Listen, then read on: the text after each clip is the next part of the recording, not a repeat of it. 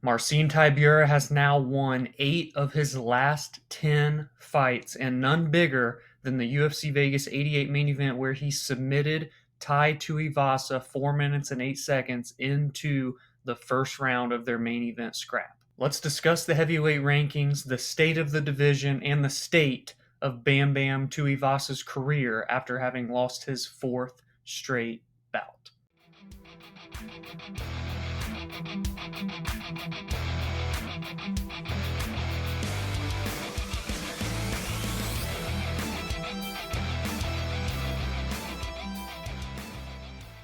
So this fight went about as expected as you could see it going, regardless of which side of the coin you decided to favor in this fight. What? Tai Tuivasa sliced open Marcin Tybura very quickly into the very first round, was landing the more damaging, significant strikes in the beginning of the fight.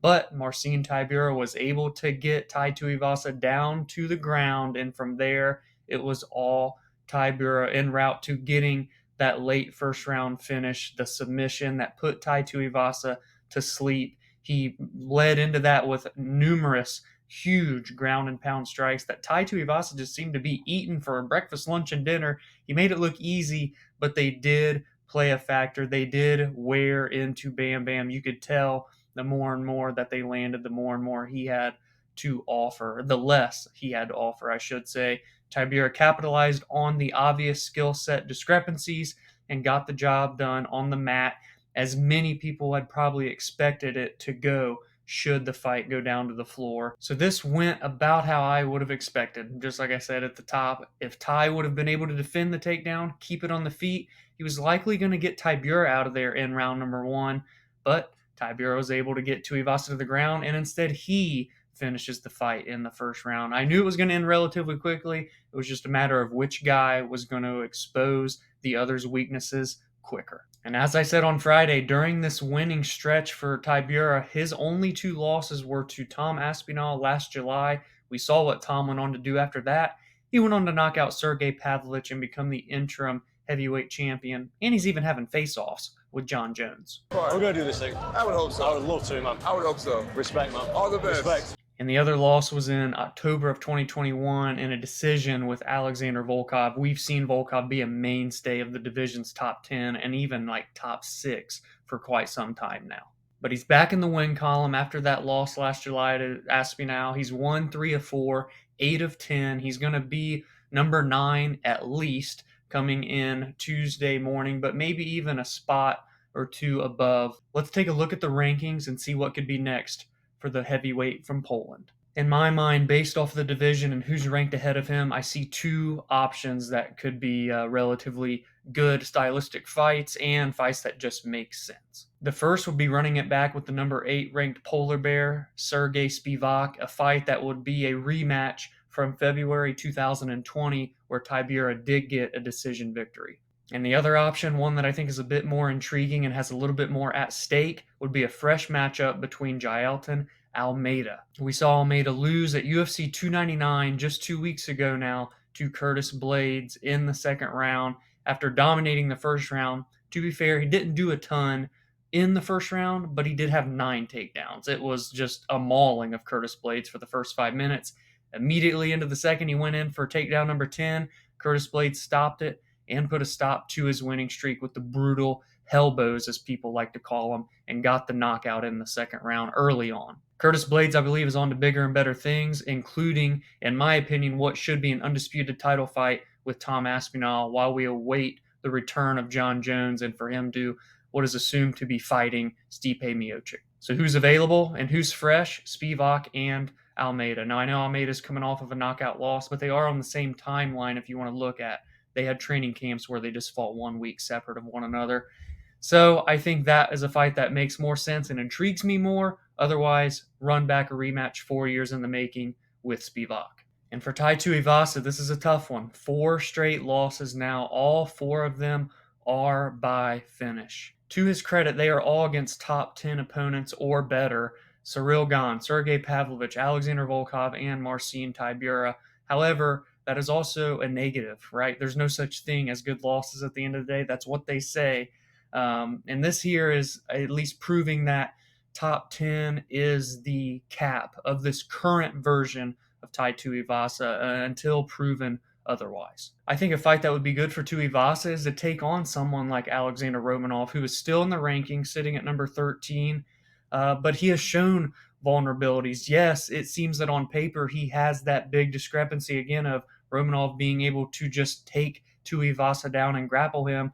But we've seen that the Alexander Romanov of a few years ago that just looked like the next wave of heavyweight talent isn't quite the same in 2023, now 2024. I think that would make for a very intriguing matchup. It could be a bounce back spot for Tuivasa to get a win under his belt, but not necessarily an easy win.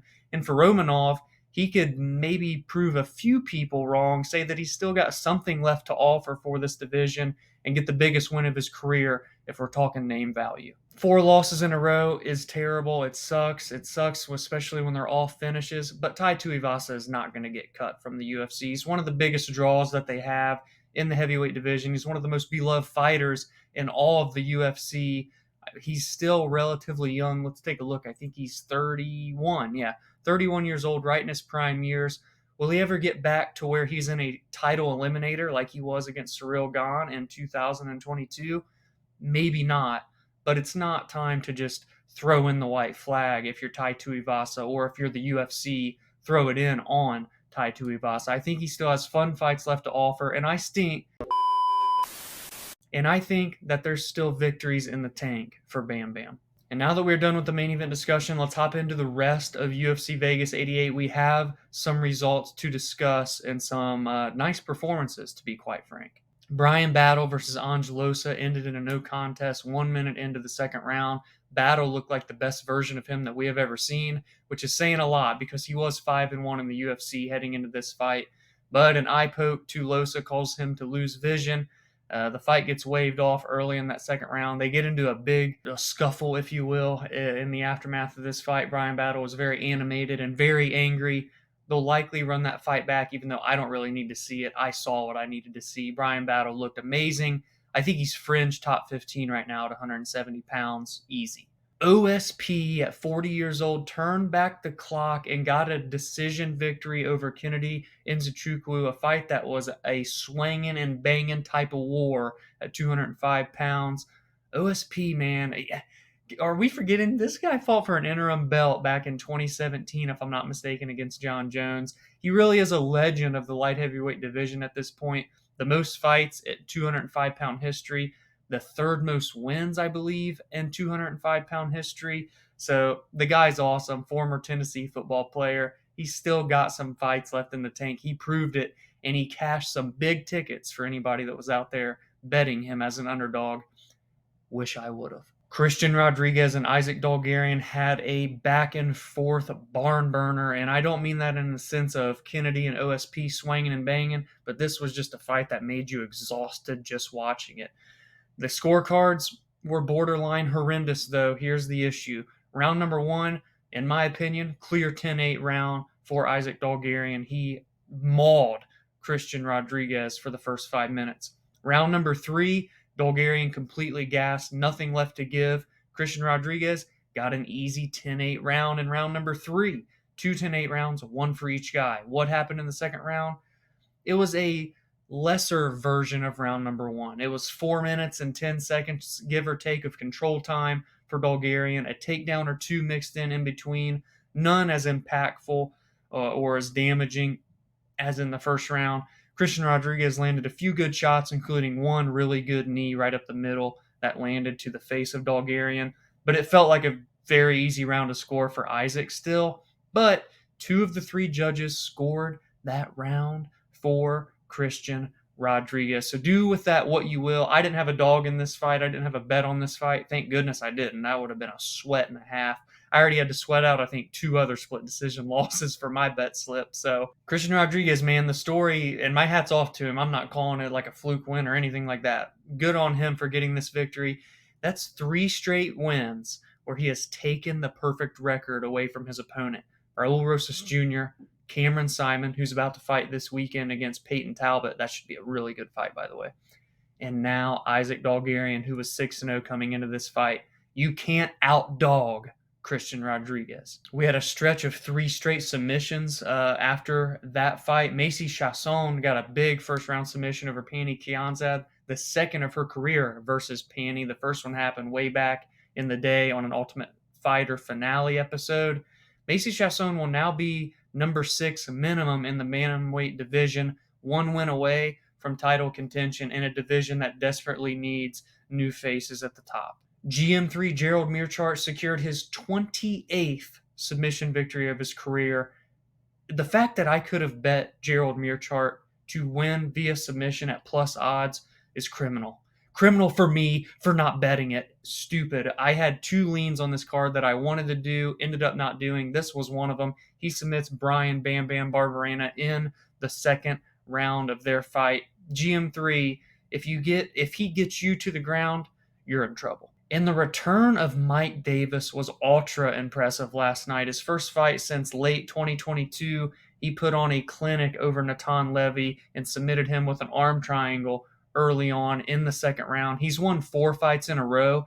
If he can just stay injury-free, put together a good, consistent year, maybe get 2 more fights in 2024, this guy's a legit problem at lightweight. Jafel Filho is a beast at 125 pounds. He made it look easy against Osbourne and submitted him at the 4-minute and 27-second mark of the very first round. He is now 2-1 in the UFC, and he had a victory on the Contender Series in 2022. His only loss is to Muhammad Moises. He did get submitted there with 28 seconds left in their fight. Other than that, he's looked very, very good. Outside looking in at top 15 after beating Osbourne. More than likely, top 15 opponent is next for Filho. Jaqueline Amorim got a huge victory over Cory McKenna of nasty armbar submission in the very first round. Mike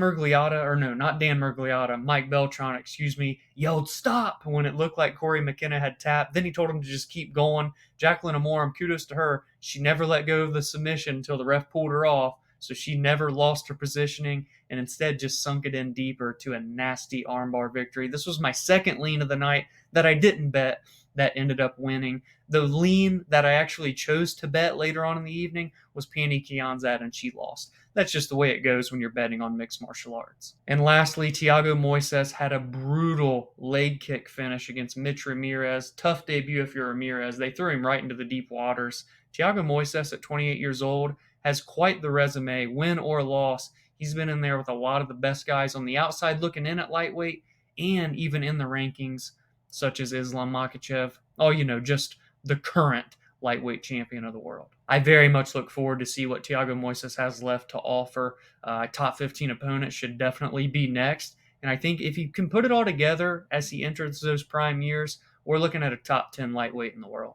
So let me know all your thoughts on UFC Vegas 88 in the comments below. What do you think is next for Marcin Tybura and for Bam Bam Tuivasa, alongside the rest of the winners and even losers in the comments below. If you enjoyed this recap, be sure to drop a like on the video, subscribe to the channel if you are new so you never miss my recaps of the most meaningful mixed martial arts results of the best cards every single weekend. I also break down the biggest storylines heading into every card and give my thoughts and opinions on the breaking news that this sport has to offer and fight announcements. And lastly, be sure to follow along on Spotify and Apple if you like long-form podcast episodes as well. It helps the channel grow if you drop a rating while you're over there.